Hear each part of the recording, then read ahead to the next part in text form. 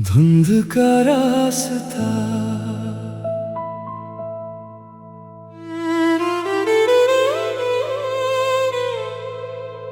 जैसे ही सारे दरवाजे खुले, पूरे गलियार में बर्फ जैसी ठंडी हवा फैल गई। हर कमरे से अलग अलग आवाजें आने लगी, कहीं धीमी हंसी, कहीं किसी के कदमों की आहट। मैंने एक गहरी सांस ली और आगे बढ़ने की हिम्मत की। तभी गलियारे के अंत में एक पुरानी लालटेन अपने आप जल उठी।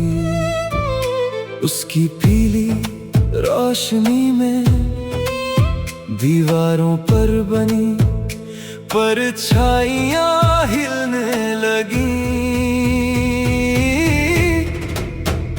मैंने सोचा ये सिर्फ हवा होगी, लेकिन फिर महसूस हुआ मेरी अपनी परछाई मेरे साथ नहीं चल रही थी। वो कुछ कदम पीछे ही खड़ी थी। मैं रुक गया, पर वो परछाई धीरे धीरे मेरी ओर बढ़ने लगी। उसी समय एक पुराने कमरे का दरवाजा अपने आप खुला।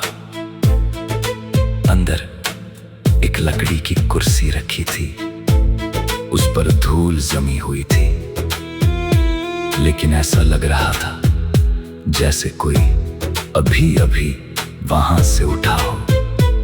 मैंने कमरे में कदम रखा, मेज पर एक पुरानी घड़ी रखी थी। उसकी सुइयां उल्टी दिशा में घूम रही थी। अचानक घड़ी रुक गई। पूरा कमरा बिल्कुल शांत हो गया। फिर दीवार पर टंगा आईना धीरे धीरे धुंध से भरने लगा। उस धुंध पर उभरते हुए शब्द दिखाई दिए, अब पीछे मत देखना। दिल जोर से धड़कने लगा, लेकिन डर के बावजूद मैंने धीरे धीरे पीछे मुड़ कर देखा। कमरा खाली था, कोई नहीं। मैंने राहत की सांस ली, तभी आईने में नजर गई। आईने में मैं अकेला नहीं था। मेरे पीछे एक लंबी काली आकृति खड़ी थी। मैंने तुरंत पलट कर देखा, कमरा फिर भी खाली था।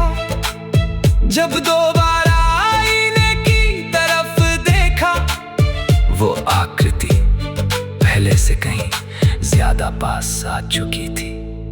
और फिर आईने पर एक और वाक्य अपने आप लिखा गया, अब तुम रास्ता नहीं ढूंढ रहे, रास्ता तुम्हें ढूंढ चुका है। उसी पर लालटेन बुझ गई और पूरे गलियारे में एक साथ सारे दरवाजे जोर से बंद हो गए। जारी रहेगा,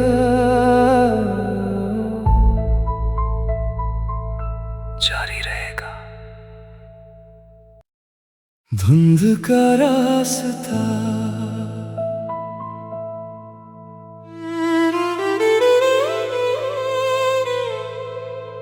जैसे ही सारे दरवाजे खुले, पूरे गलियार में बर्फ जैसी ठंडी हवा फैल गई।